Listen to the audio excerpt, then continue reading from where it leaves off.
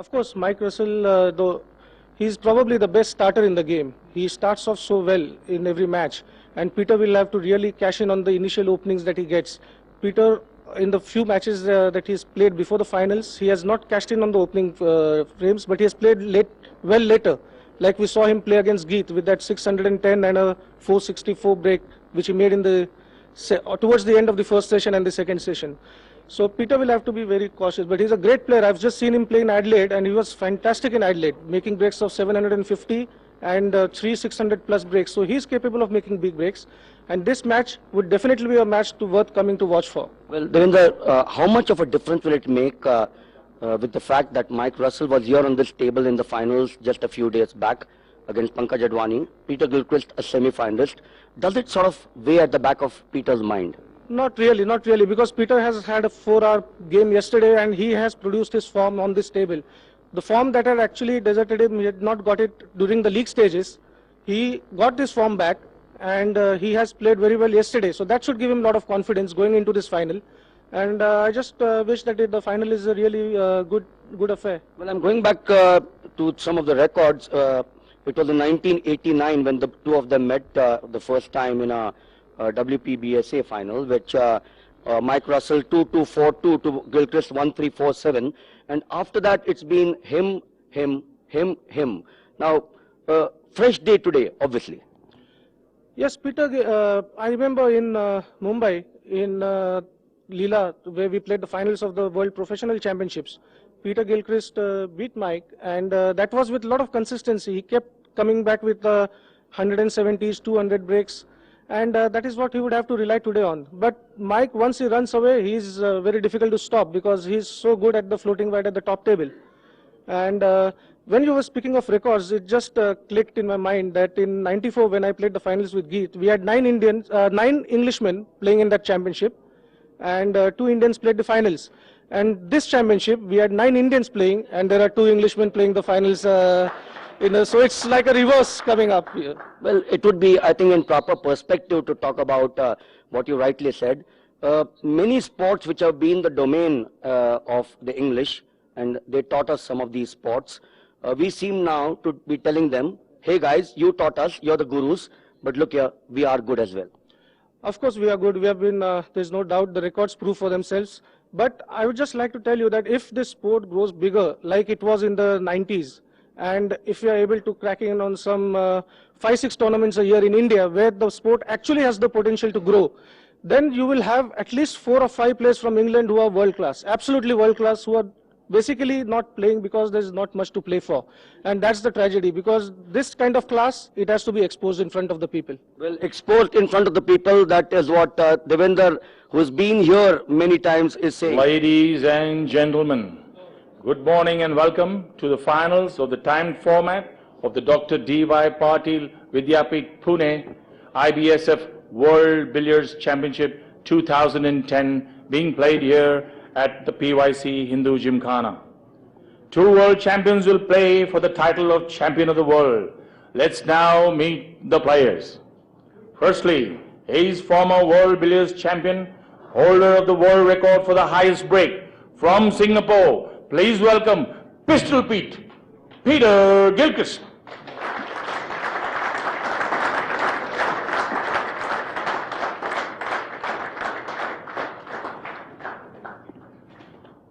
He is 10 times World Billiards Champion. He is the 2010 point format champion. He is the King of Billiards. Please welcome from England, Mike Russell.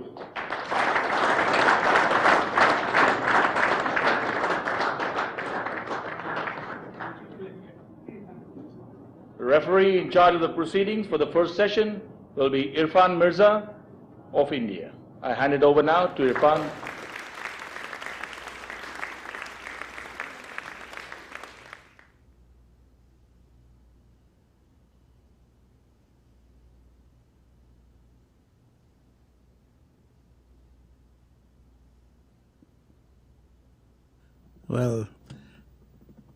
Well into the first session of this final, Peter Gilchrist is already on the back foot, trailing by 500 odd points. And Here Russell has got an opening. The white is not in a very promising position, but this is where the skill and artistry of the player comes into focus.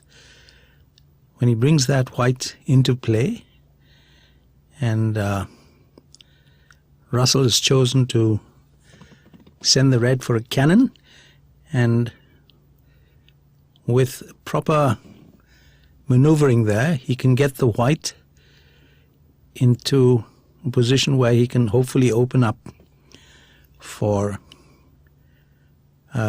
his favorite position. Delicate little cannon, and what a beautiful shot. A fine contact on the red, cannon off the side cushion to send the white ball behind the spot where he loves it, and he's off to what looks like a very, very promising break. Russell was under a little bit of pressure in the semi-final when India's Pankaj Advani ran him pretty close. Advani was on a 300-odd break and missed a cannon, which at the death really, with about half an hour to go. And Pankaj disputed the referee's call, but it turned out that it wasn't a cannon. And had he stayed on the table, he might very well have been here. But of course, that's all speculation. Meanwhile, what has happened is that this magnificent player, Mike Russell, has got the balls where he wants them, at the top. I've seen him make many a big break. I think 960 odd in England a few years ago was the best I've seen him do. And his incredible control at the top is really worthy of emulation. This is the excuse me, the so-called floating white top of the table, as opposed to the postman's knock. And it consists of a series of cannons and pots with the white floating around the red spot and slightly to one side of it. And the reason for it being not exactly behind the red spot will become clear as this break progresses. Now what he's going to do basically here is to play the cannon which he's just done, pot the red, and stun his yellow, his cue ball, into a position where he can play the cannon off the cushion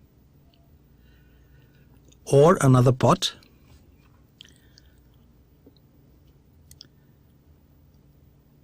as he has done. And just watch how he maneuvers this lovely sequence.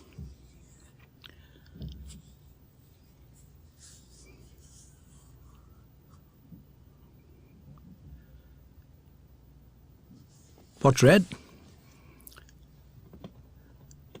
Roll the red into the left corner pocket, or the right corner pocket as we see it on the screen. Play the cannon again, and then as that white gets closer and closer to the cushion, Russell will probably attempt, not probably, almost definitely attempt to play a cannon off the top cushion and knock the white ball back towards the spot, which he's going to do in the next shot. So cannon off the cushion, and you notice how he brings the white back near that spot. This is glorious control. And the unfortunate part about top-class billiards is when an expert really plays well, it looks so easy that a person is tempted to say, wow, I could do this, until of course he tries. And I can guarantee you that anyone without the requisite control at the top will find the ball scattered within 10 or 15 points. But this is true of any sport. At the top level, the real expert makes it look so easy.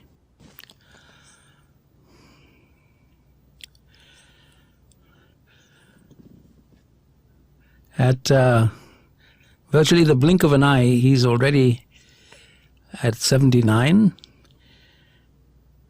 But more than the quickness of the break is the sheer artistry that he's displaying.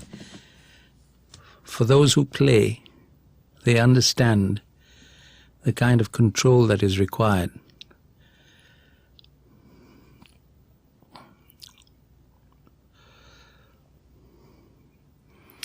There you are. Now he'll play the cannon off the cushion, off the top cushion, and nudge the white ball towards the spot.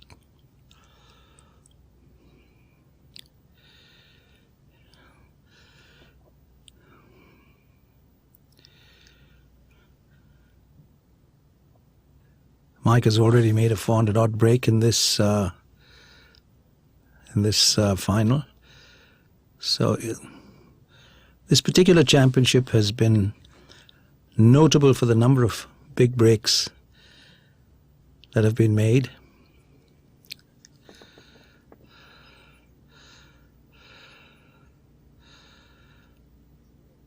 A thick contact on the red. And a round of applause for crossing the 3-figure mark.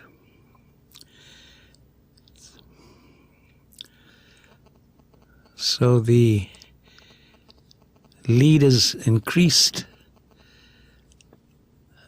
from Peter Gilchrist's point of view alarmingly.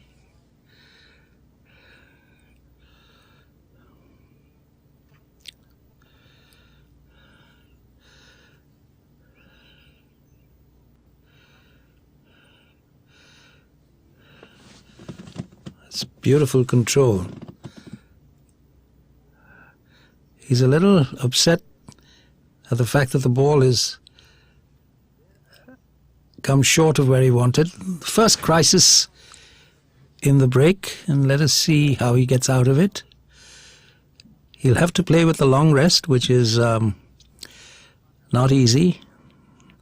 He'll obviously have to play the cannon with a very thick contact, and it remains to be seen where the red ball will wander off after this cannon. The cannon itself is easy, but what happens after that is what is important.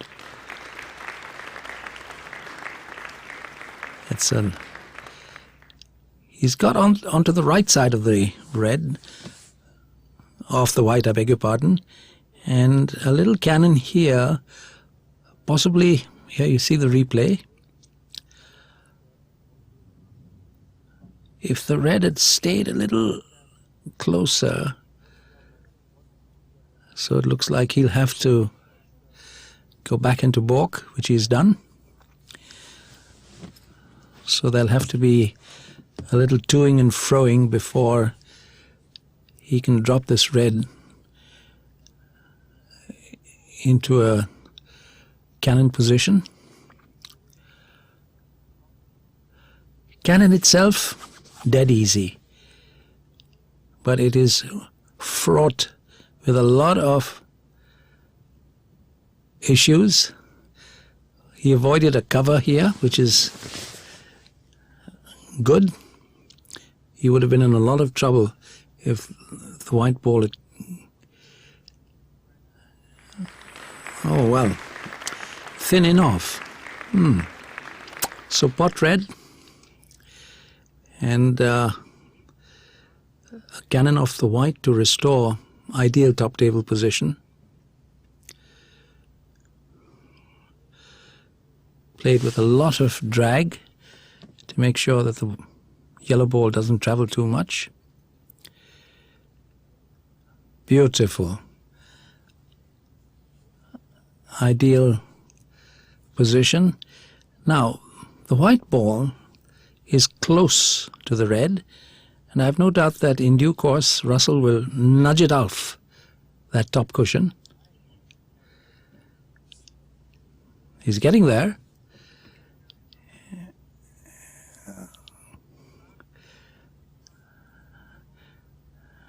Now the cannon off the top cushion to knock that white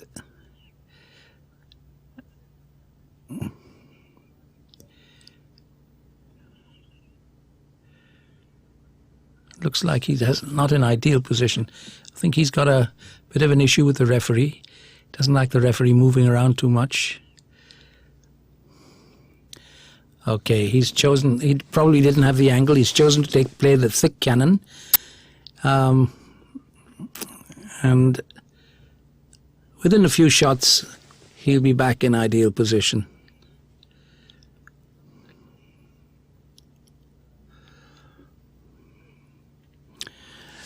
Referee is Roger Davey from Australia,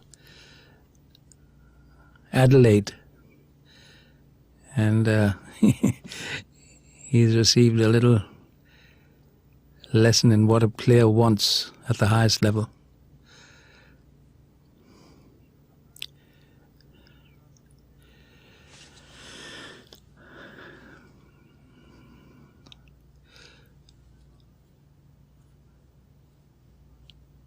Here's the movement which is particularly graceful. The cannon off the top cushion to gently send the white towards the red spot.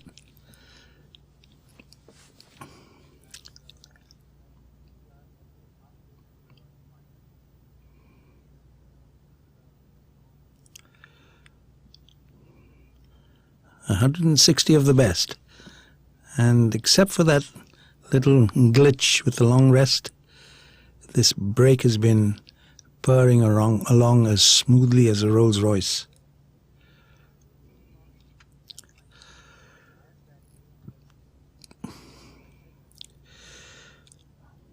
Meanwhile, Peter Gilchrist in the background has to sit back and has no option but to admire his opponent's virtuosity. This is one of the most difficult tests of character that billiards can impose. In fact, probably it's one of the games where the test of character is at its ultimate limit, because there is nothing you can do to stop your opponent. You cannot drop shot him, smash him, bowl a bouncer, or whatever. You just have to sit and suffer, and then make the best of your chances when you get them.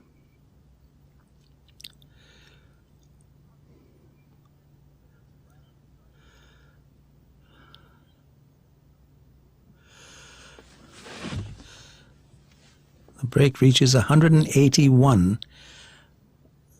I'll just delve a little into the history of the game here. In the golden age of the professionals in the 1930s, they used to have what's known as a rule called crossing the balk line, and that was imposed every 200 points, where to prevent a person from getting rooted at the top, the rules required the player to send his cue ball in and out of balk. That was increased to 400 for the so-called amateurs of the day, and then it was restored to 200 till ultimately, under the professional rules, you had to cross the balk line once every 100 points, and that crossing had to be taken between 80 and 100 points. But that is history, because this particular championship is being played without the balk line rule. Clap goes up for the 200.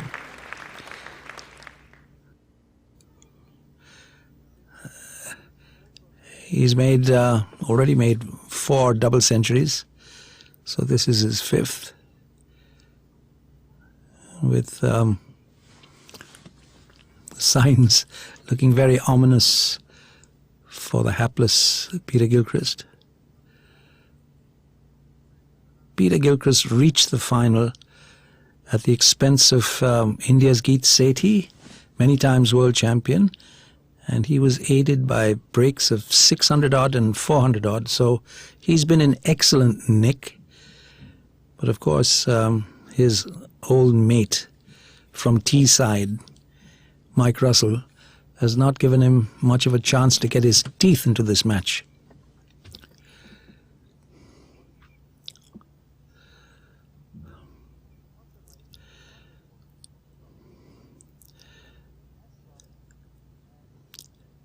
You know, apart from the gossamer touch that's required, for this kind of a break, immense powers of concentration, a very accurate assessment of the speed of the table and the behavior when the balls strike the cushion. All these come into play. And all these variables are not apparent to the onlooker. And that, in a way, is the tragedy of this beautiful game. The aficionado realizes what's going on, but a person who's watching it for the first time is lulled into the belief that even he can do it.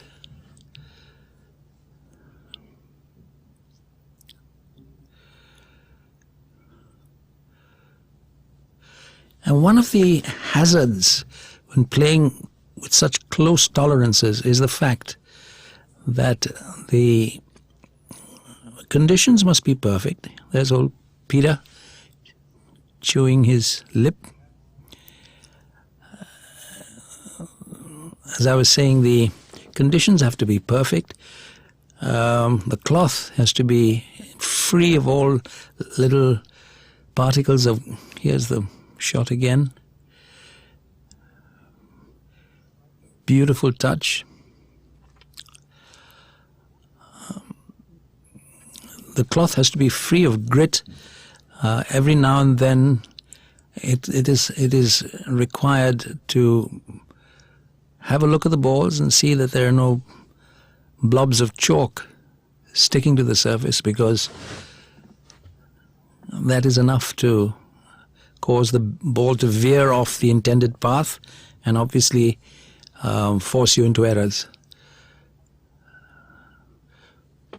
So all these variables are very much at the top of the mind of the player.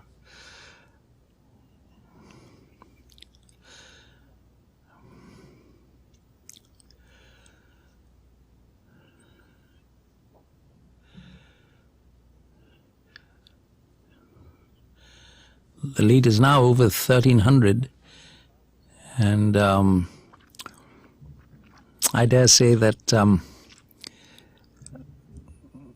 with all due respect to Peter Gilchrist, who's a player of uncommon ability, it's going to be one heck of an ask for him to come back from this position. Here's this beautiful movement off the cushion, nudging it to the red spot.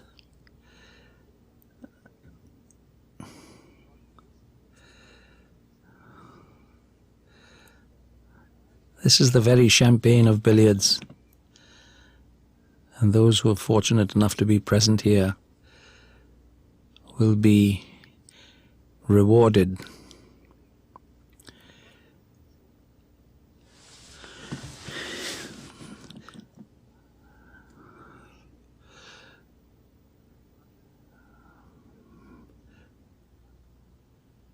Just a quick look to see if the balls are touching. Delicate little swerve shot, a semi-massé.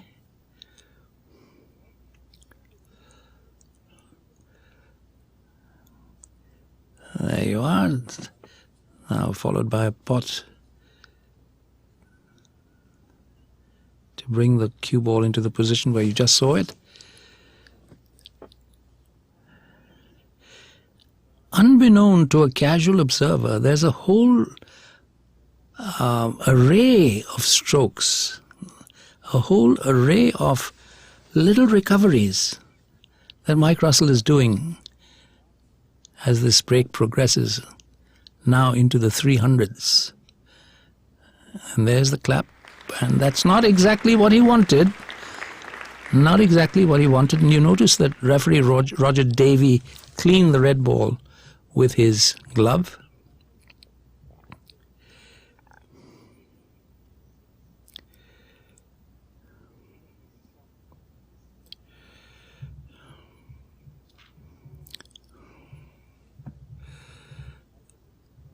Well, he's recovered from that little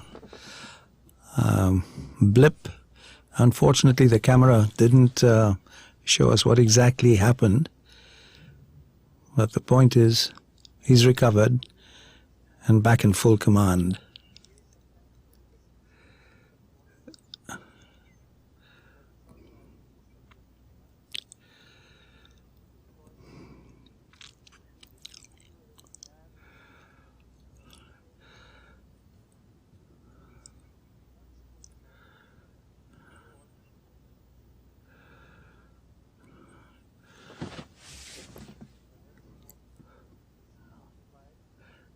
I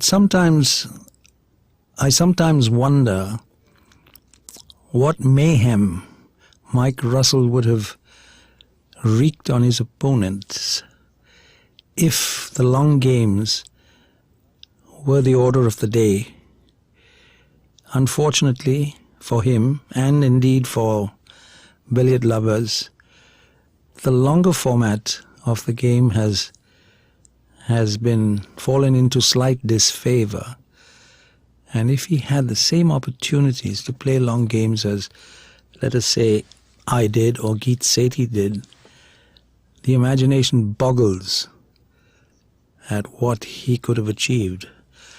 I think it is not hyperbole, but quite honestly, if the long games were the thing, I could see this man making a 2,000 break.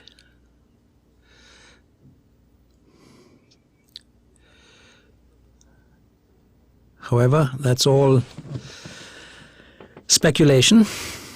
We have to deal with the here and the now.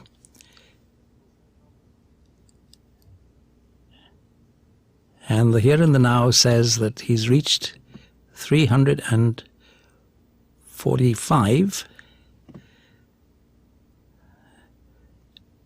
with more to follow, a lot more to follow.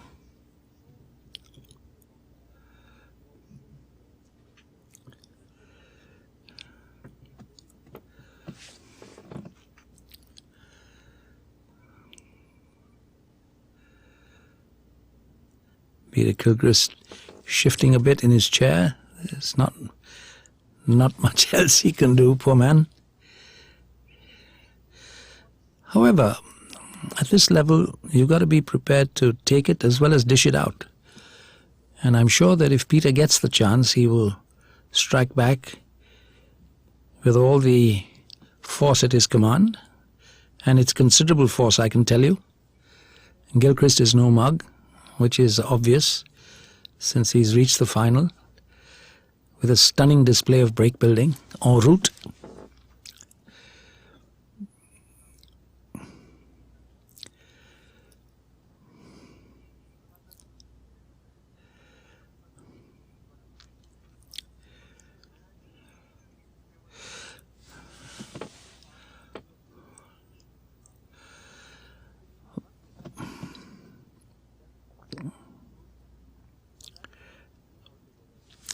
There is one aspect of the game which the modern players have not resorted to, and that is the nursery cannon game, which is a sequence of cannons with the balls just inches apart.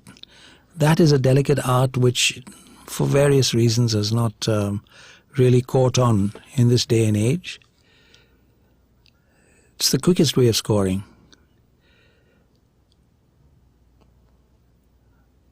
And had a beauty of its own.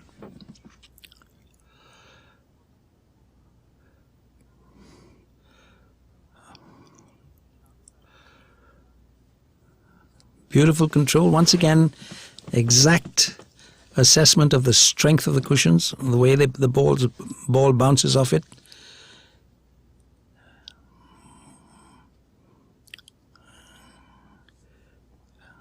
Terrific stuff.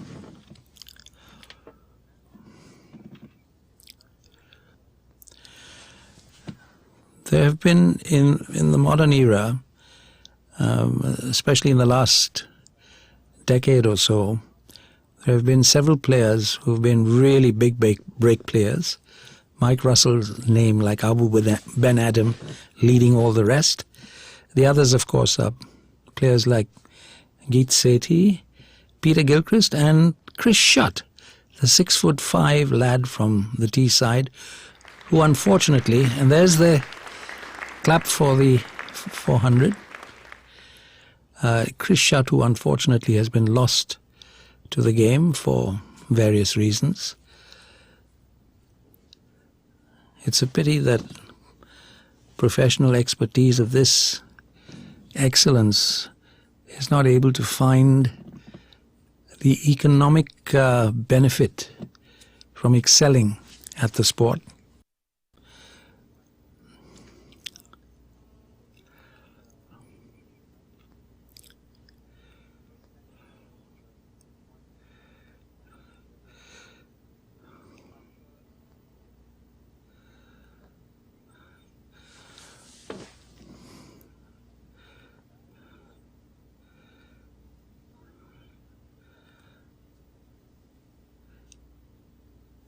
It's almost hypnotic, the way he can maneuver the balls. And it really looks as though something special is going to happen. He's playing so beautifully. The conditions are so good. Peter Gilchrist. Philosophical, perhaps. Grinding his teeth, perhaps. Who knows? But Peter's a good sport, and he'll be waiting for his chance to hit back as best he can.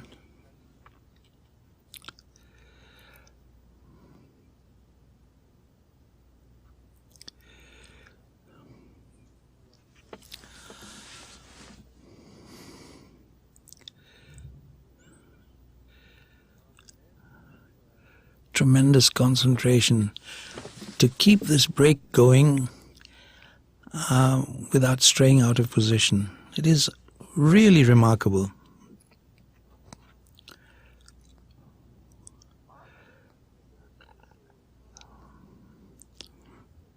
Not many people understand the amount of skill and effort and practice that goes into the genesis of a 500 break.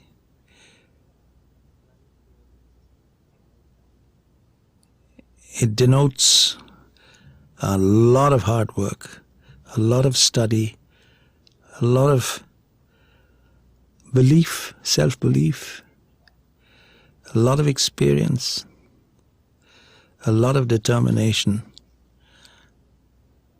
a huge sense of I love being an artist, and I want to show my artistry to the people here.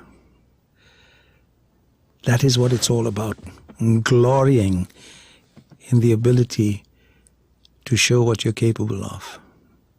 And in this respect, Mike has got tremendous pride of performance.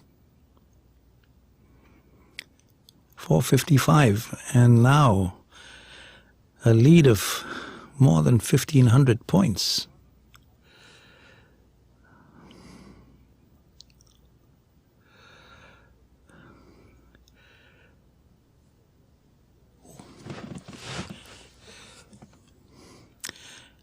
Now, like I say, this is has all the look of something really special is going to erupt here in Pune.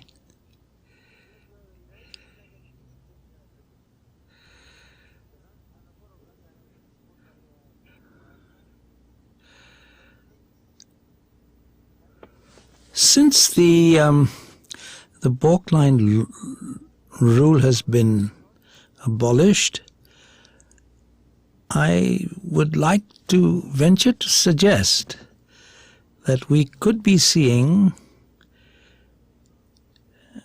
a 4-figure break in the offing.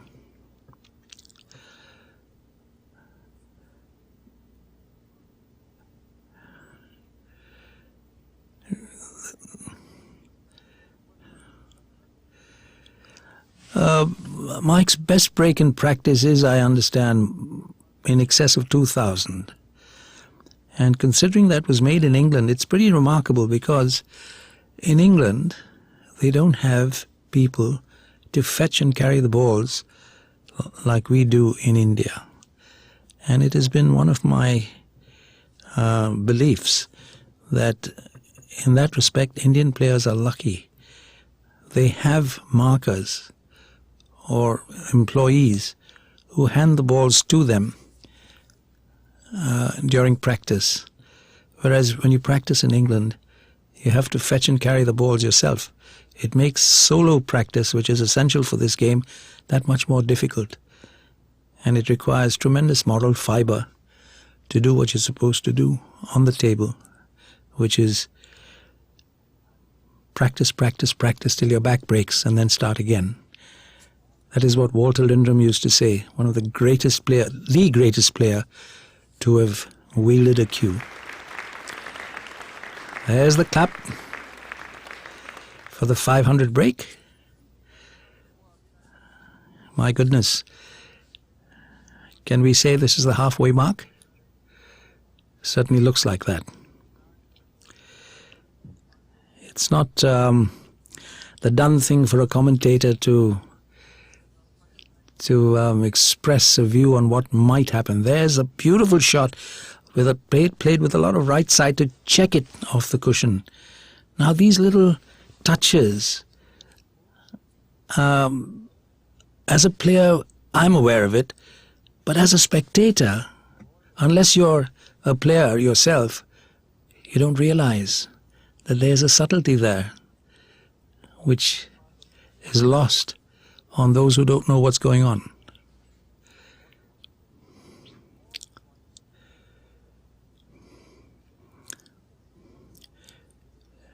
It's amazing, 500 odd points, and just once he went back into the D. There's a section of the crowd enjoying this wonderful spectacle.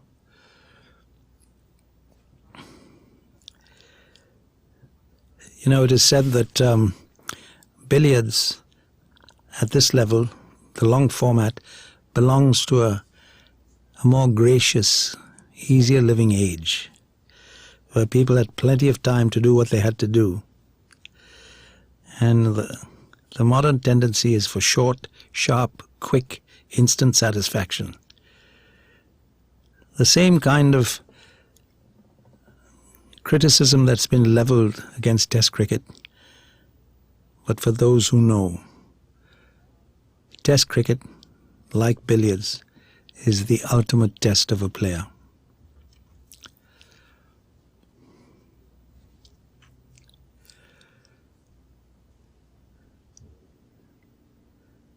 Full house here, watching this great player in action.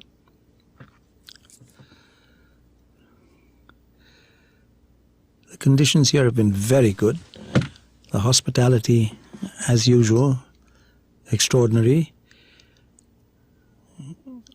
The arrangements, the administration, exemplary. So it's been a very successful championship, and more than the sheer quality of play, I like to think that all the players who have come to India have enjoyed it.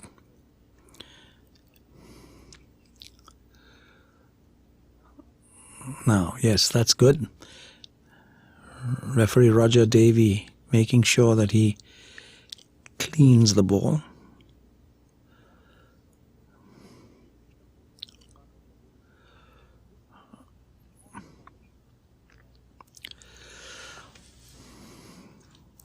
You notice that every now and then Roger Davey gives the red ball a little polish.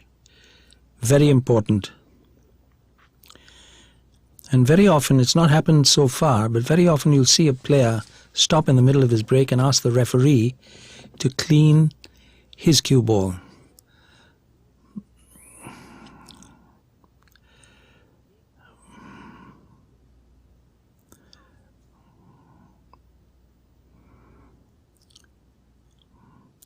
You notice that the white ball is not exactly behind the red spot, and that is the the whole object of this particular sequence, the floating white sequence, the white has to be slightly an inch or two to the off the straight.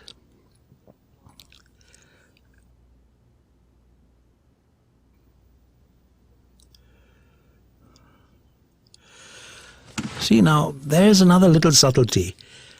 There was no way even a child could not have potted that red, but the contact on the red had to be perfect, just thin enough to allow it to travel to where he wanted it.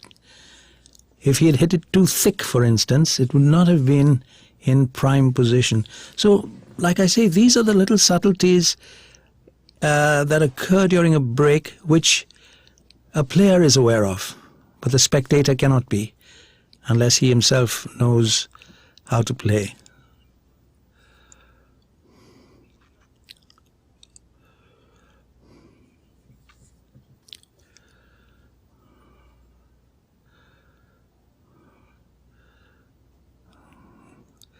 The break approaching the 600 mark.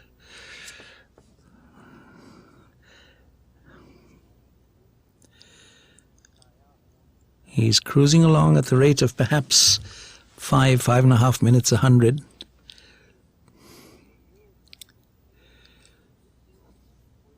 Beautiful stuff. Beautiful.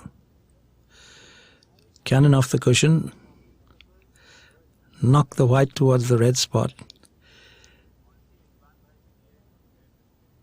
Pot the red. And there is 600.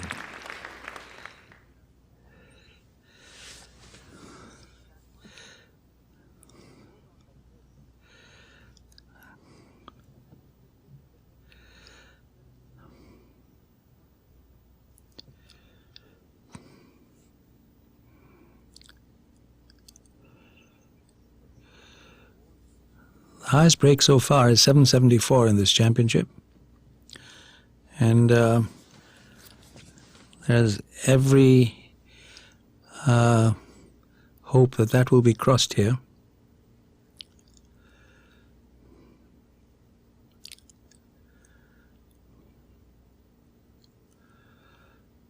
Now he's a little further than ideal, but his control is so good.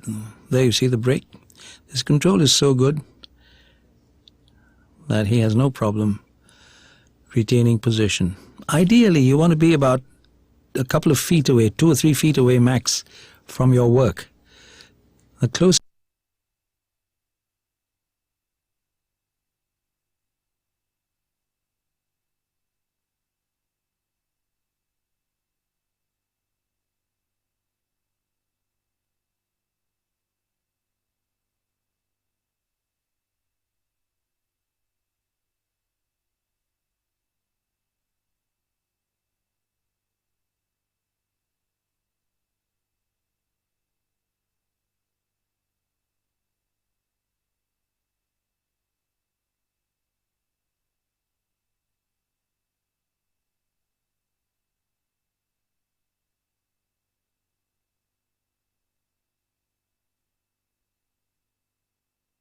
tremendous cue power.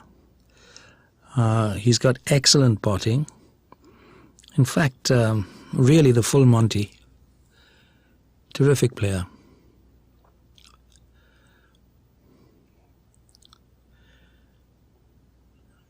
Arguably the greatest player after the golden professionals of yesteryear. The Lindrums, the Davises, the McConaughey's, and the Newmans. That's a beautiful shot with a little bit of side to get clear of the white after that cannon. Once again, a subtlety not available to the uninitiated.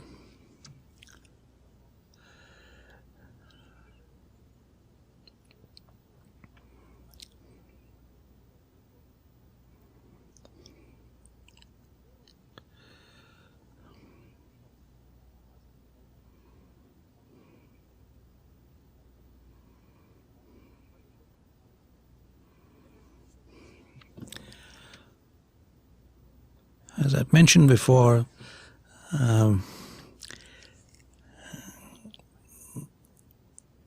Russell has made a 964 in England. I was there when it happened.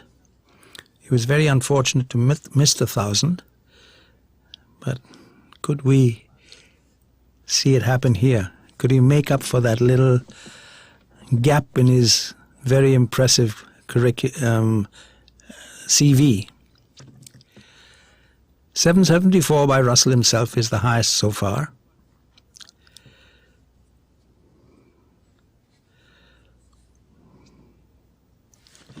.664.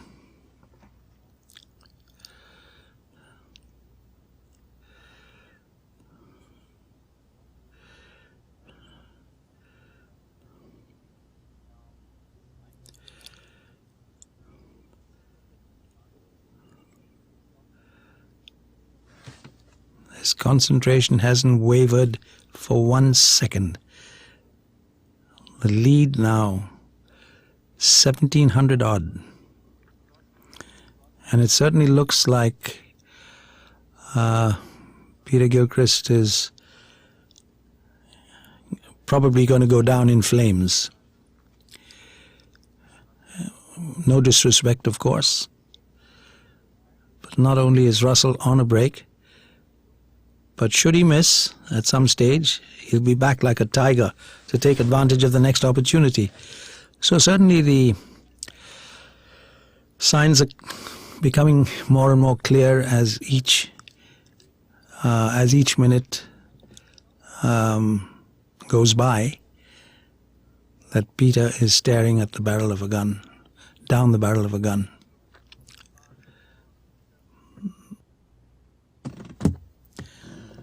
.690.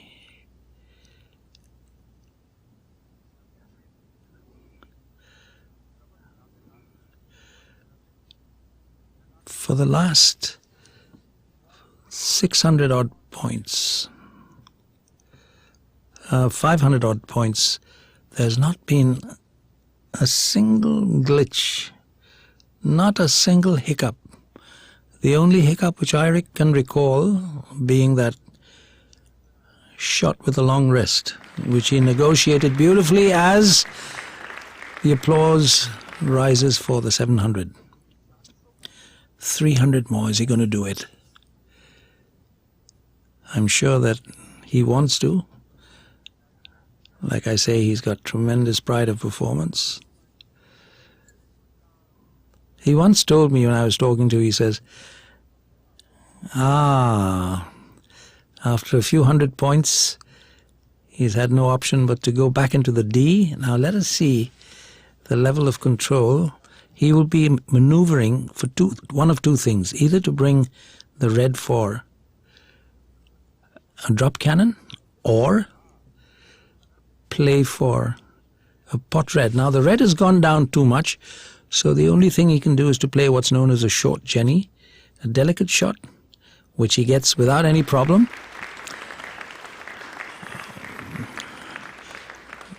The ball is still not, there you could see it's a beautiful shot.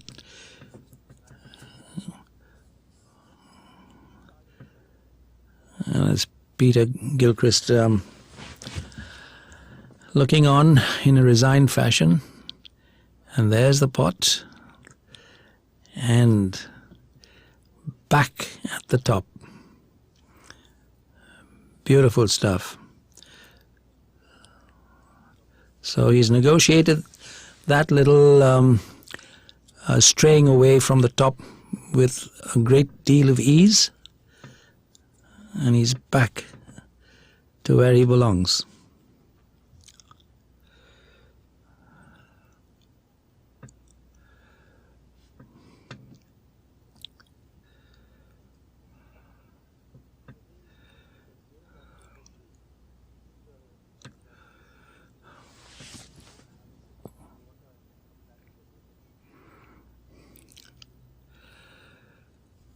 I was once talking to Russell, and he said, you know, Michael, he said, I know what I'm capable of. And He said it in a very matter-of-fact way, not in a bombastic or boastful way, just as a pure matter of fact. And it was good to hear him say that.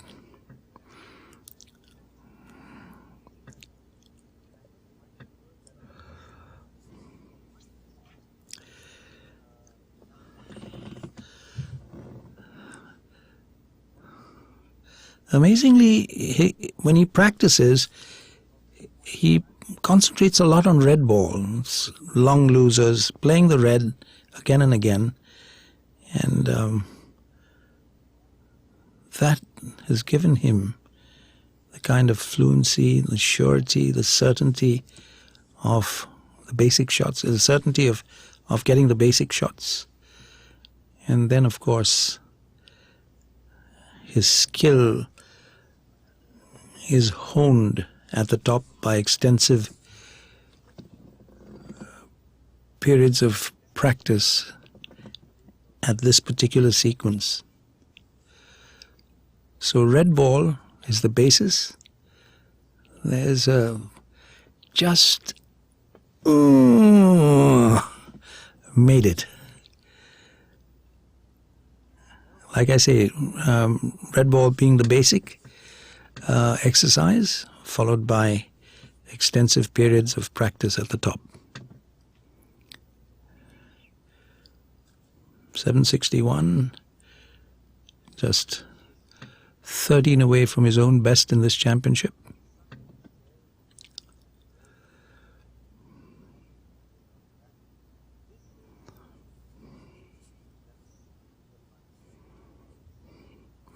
Here there has to be a thick contact on the red. Now, has he got ideal position? Not really, so he's had to play that cannon.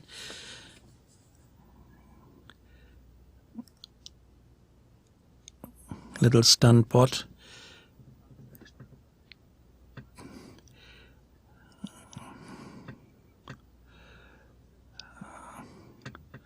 Beautiful. Back to normal. That's another little subtlety, playing that ball off the cushion. So he's overtaken his own highest break. Oh dear me. Are we okay? Yes, we are.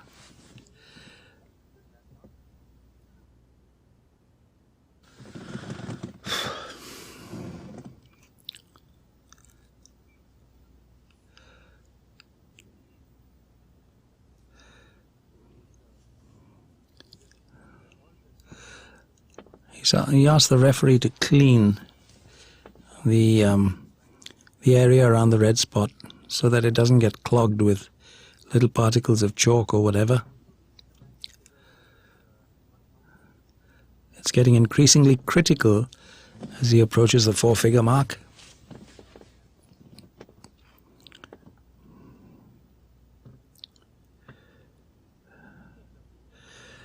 And there's something which many people don't realize, and that is that the way the referee conducts himself helps a player to produce his best.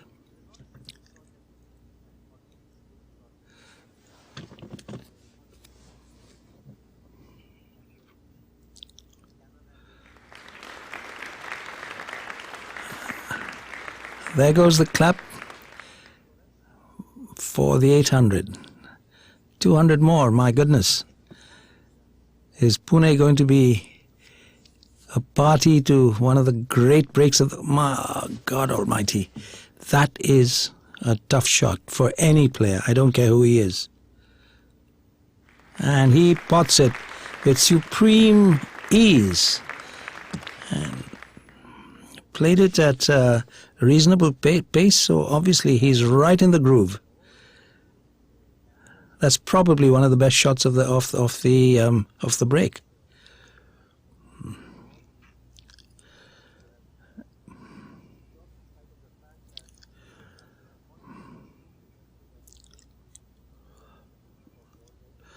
You notice how that white ball keeps moving around that little area.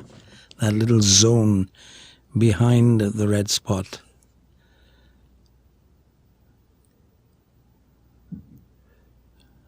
Remarkable control. When one watches a break like this, one tends to run out of adjectives, and anything that one says sounds banal. But honest to God, I mean, one cannot imagine a player or a beginner or an ordinary spectator cannot begin to imagine how much effort it must have taken Russell to reach this standard of perfection. It is only the players who realize.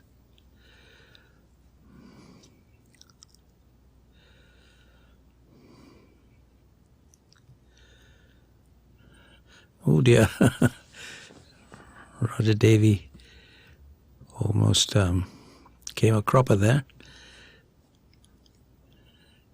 That's Geet Sethi, many times world champion, was beaten in the semi-finals by Peter Gilchrist.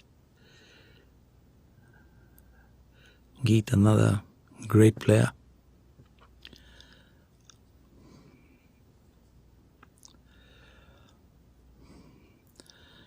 The rivalry between Geet Sethi and Mike Russell was one of the features of the last few years. The sport has always been livened up by traditional rivalries, and Russell versus Sethi was one such.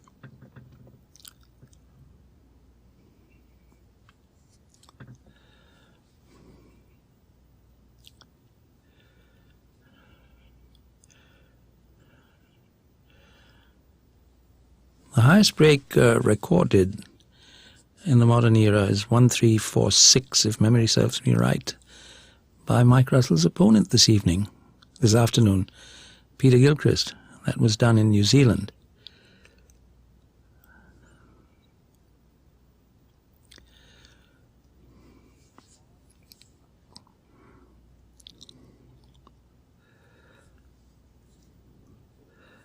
And now there's a little inaudible murmur of anticipation.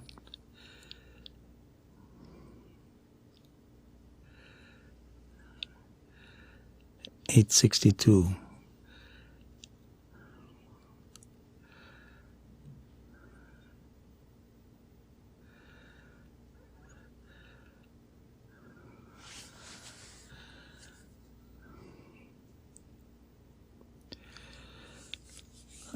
For those who are interested in the technical ability of Russell, you have to watch how he plays, the rock-hard bridge that he employs, the timing and the thrust of his right arm,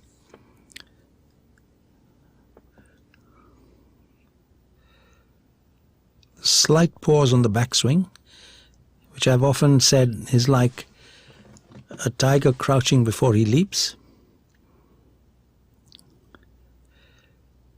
It's quite exceptional. Pause, bang. You could see that his arm is working so beautifully in the groove.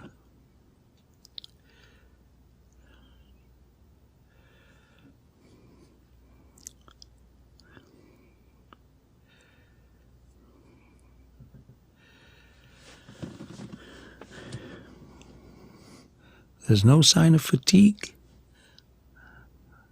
886, no sign of the concentration flagging at all. No sign of the lessening of the desire.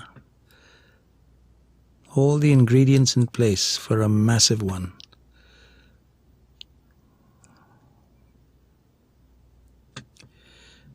Have I spoken too soon?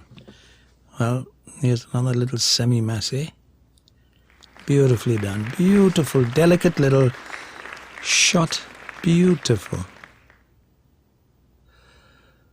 He did the same a few hundreds ago on the other side of the pocket, the other pocket.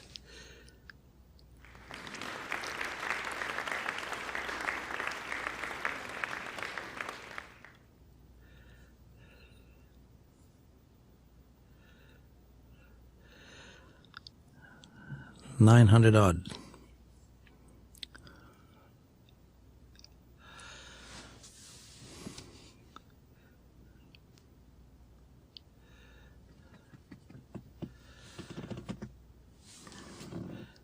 The quality of this break really is not lies not in the number of points. It lies in the combination, the lethal combination of concentration, skill, ability, belief, an array of little recovery shots.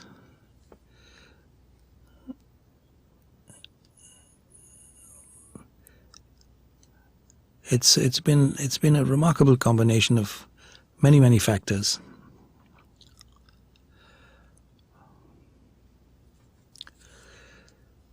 He stayed down on the shot a bit. Maybe it's not exactly where he wanted it. Now then.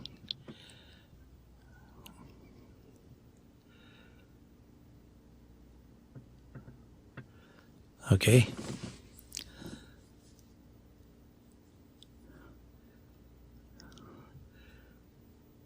Thick contact. That's the secret. Always a thick contact on the red to make sure that you drive it towards the pocket. If you get a thin contact, then eventually you'll land in trouble. A thick contact to keep the red in front of you.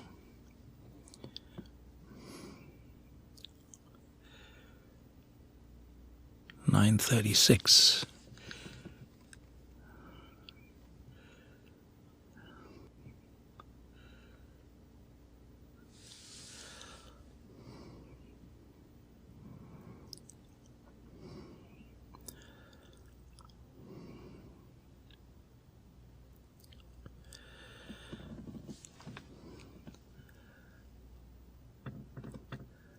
.964, I believe, has been his previous recorded best, and it's odds on that he's going to relegate that to history.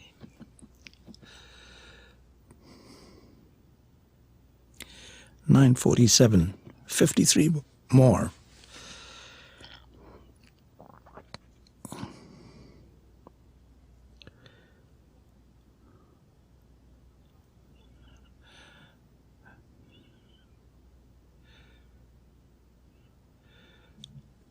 Delicate little screw shot to get his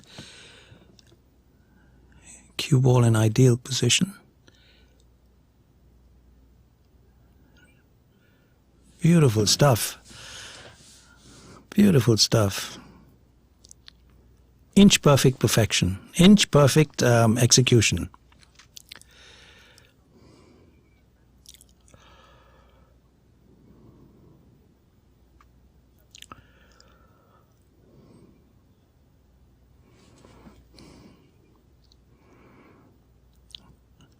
It is perhaps fitting that this great player's reserved his best for this final. It's sweaty palms time now.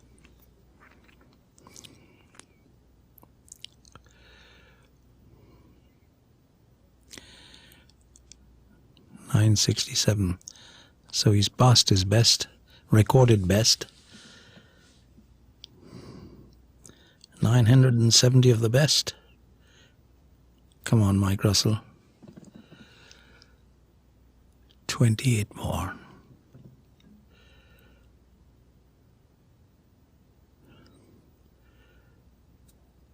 $25 more.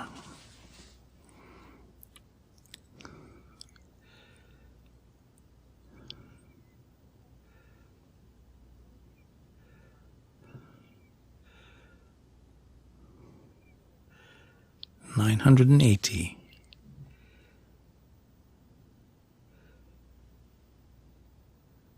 There'll be a few hearts beating a little faster.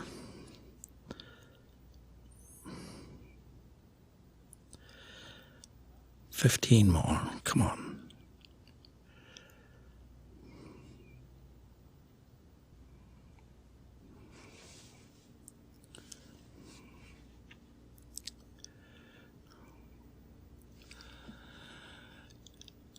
190.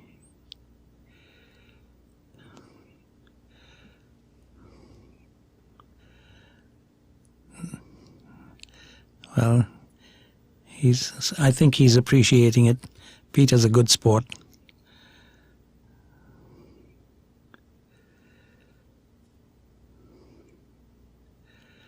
$98.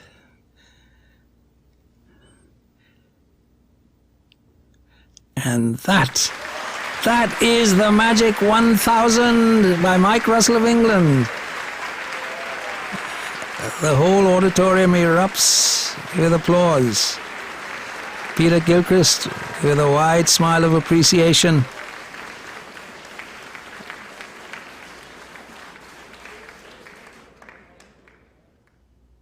This is important because that little interlude should not affect his concentration. And we're coming a little closer to the end of the session.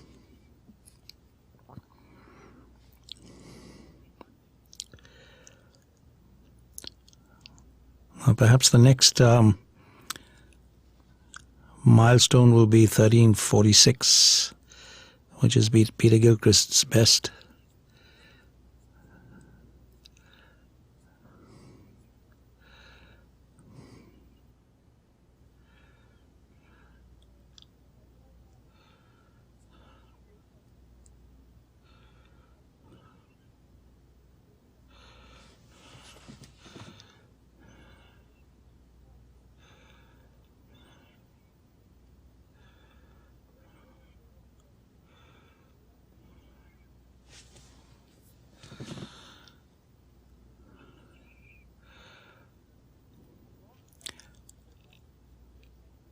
The only question is, how long is it before the interval? Can he hold it together?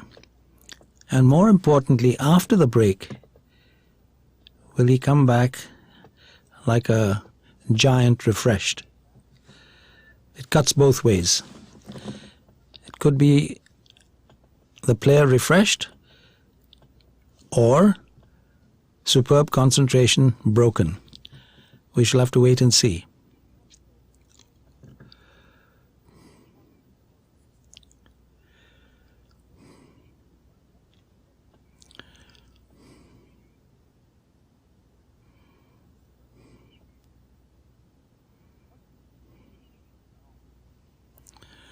$1,036.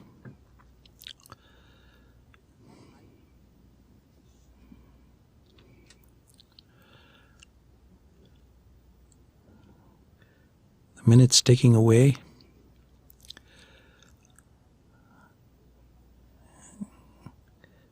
And as a lover of the game, I do hope that the break will act as a refreshing pause rather than a break of concentration for Mike Russell.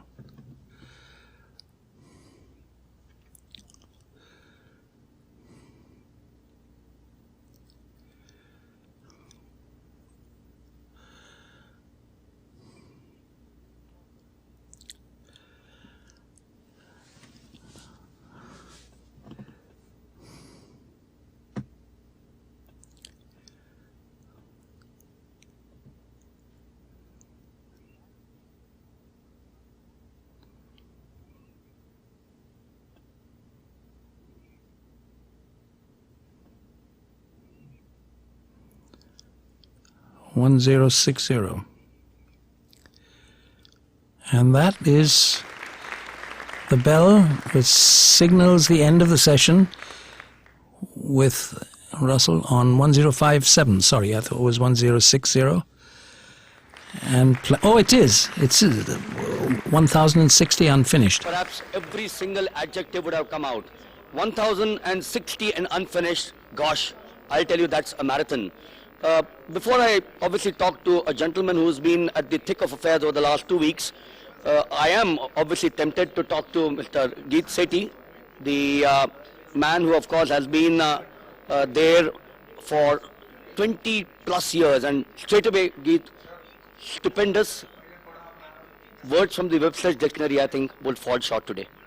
Well, it's a fantastic effort, and you know, I was speaking to Michael Ferreira this morning, and he said a lovely saying that it takes a lot of effort to make a skill look effortless, and that's what Mike Russell is doing. He's just making things look so effortless, so easy, but there's a lot of work that's gone behind it. There's a lot of knowledge of the game that he has, and I've predicted a 1500 break here, and let's see what happens. But it's absolutely a superb performance, and for it to come in the final of a World Championship just makes it that much more special.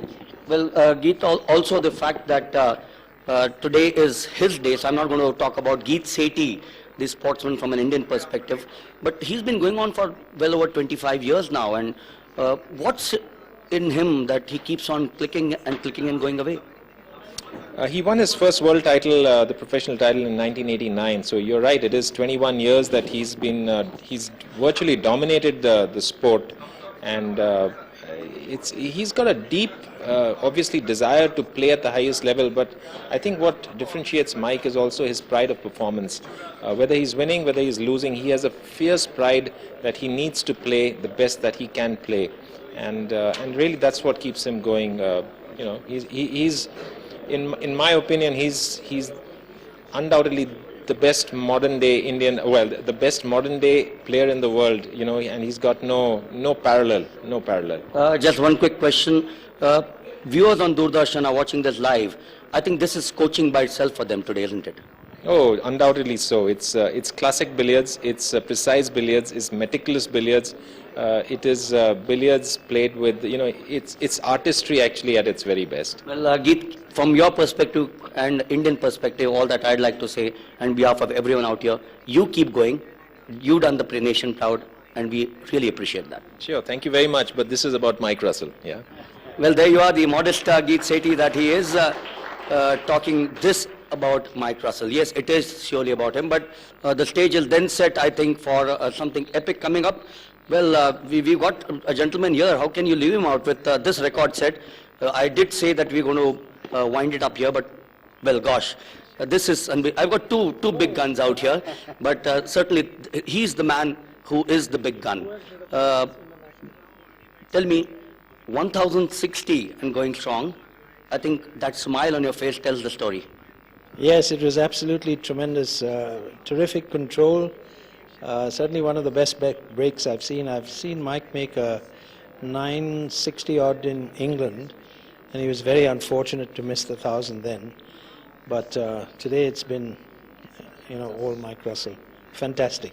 You are a Mumbaikar, and a proud Indian more than the Mumbaikar. But we talk of Sunil Gavaskar and the Tendulkars achieving those landmarks, and when you look at these landmarks, they are up there along with a lot of records in the world. Not only billiards, but something like this would be up there, the ladder, as far as international sports is concerned. Absolutely. I mean, the 4-figure mark is something which has everything. It has concentration, ability, desire, perfection, long hours of practice. It has everything that anyone could extol as a virtue. So I think that's the definitive, a 4-figure mark. Anyone who makes a 4-figure mark is someone really special. Well, the original script out here was to do a 3-minute interview with Rajan and then go back to the commentators or to the studios. But I'll tell you, this feat has prompted all of us first to get Geet Sethi and now Michael Ferreira. Michael, these performances like these would, I'm sure, set the tone, the standard. The standard has been set from 1954, the great Wilson Jones to the great Michael Ferreira and down to some of the other greats. But performances like this would inspire youth to say, well, if he can, why can't we? Absolutely. That's the name of the game. Mike is a human being like all of us. You cut him, he'll bleed just like any one of us. So if a youngster looks at Mike Russell and says, well, if he can do it, why not me? That's the way it goes. And the other very sporting thing which I saw out here was the moment he got to 1000, Peter Gilchrist got up, clapped and had a huge smile on his face. He knew he was at the receiving end, but a true sportsman, he stood up and applauded. Hats off to Peter. He's taken it like a man. And he's always got a smile on his face. He's somewhere there in the background. That's what I love about Peter. Whether he's up or down, he always smiles. Well, thank you. One mic complementing the other mic. You can't have it any better. As I said, this is the next 2 hours.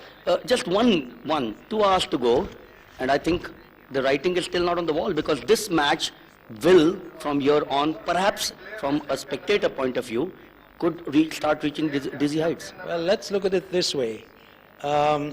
Assuming 5 minutes 100 at the top, yeah? So how many 5 minutes do we have in 2 hours? Can someone tell me? 24, okay. So 24 into 100 is 2,400. If Peter can keep the table for that, he'll win. Well, keep the table for that. He's got 120 minutes, and Michael Ferreira says that practically, leave alone theoretically, it's possible. All that we'd like to say is that a lovely content is coming up. For the moment, we'll go back to the commentators, because we are not going back, because the players are about to come back on the court or the tables. Keep watching this live telecast. I'll tell you, you got a feast in the offing. For the moment, it's back to the commentators.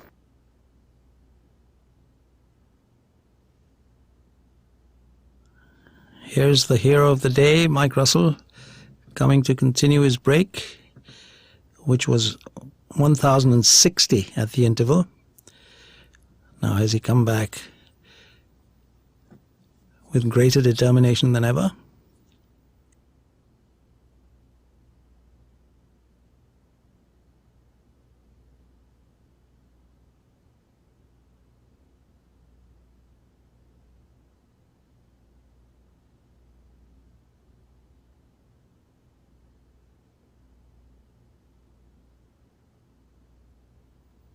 $1,063.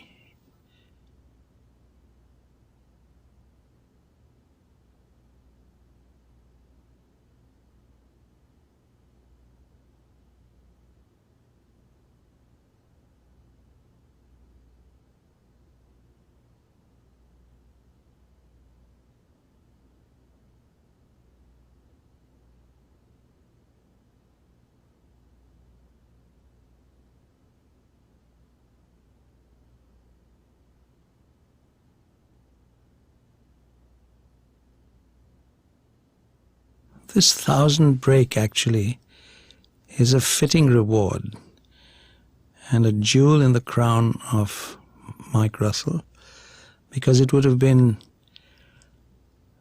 a monstrous injustice for him to have gone through his career without scoring a 1,000 break. All the great players of the past have scored 1,000. That is the magic figure. There have only been 3 others after the golden age of the professionals who have crossed the 1,000 mark.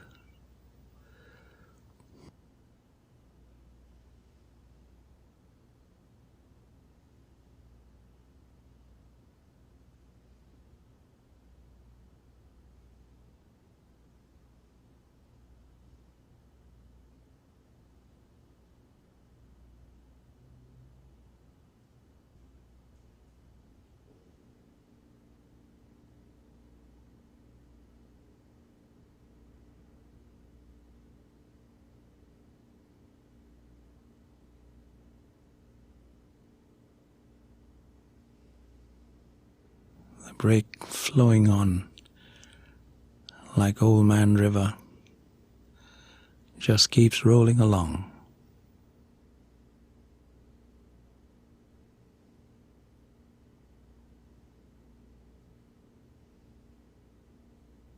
$1,100. 1,099, okay.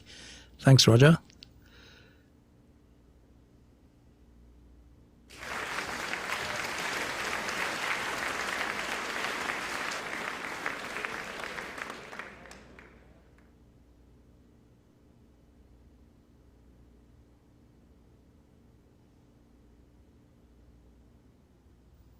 Makes you just wonder where this juggernaut is going to stop, if in fact it's going to stop.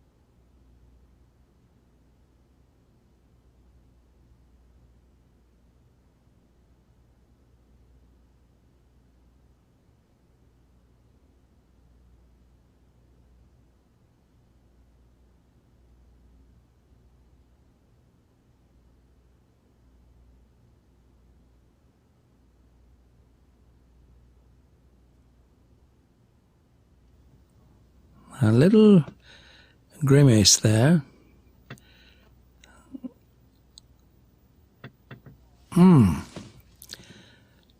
Shall we say marginally out of position? It's not that he can't get back. Ah, yes, but he is. So what's he going to play? A screw back off the red, or a slight little cannon there? Yes. And now, in a sense, it gives spectators a chance to watch the other skills, the all-round skills of Russell. And is that where he wanted to be?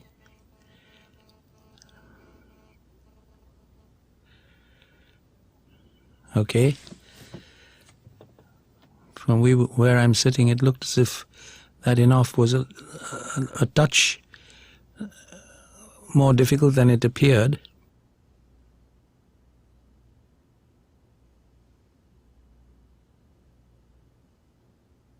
Now,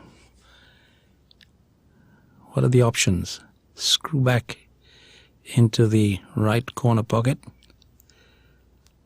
which he misses. And that brings this magnificent break to an end. The winner's prize, gold medal to be presented by Dr. P.D. Patil, and the additional cash prize of US dollars 4,000 to be presented by Mr. Sanjay Lohade, Director Real Value Advertisers. The winner of the Dr. D.Y. Patil Vidyapit Pune IBSF World Billiards Championship. Ladies and gentlemen, please put your hands together for the King of Billiards, Mike Russell.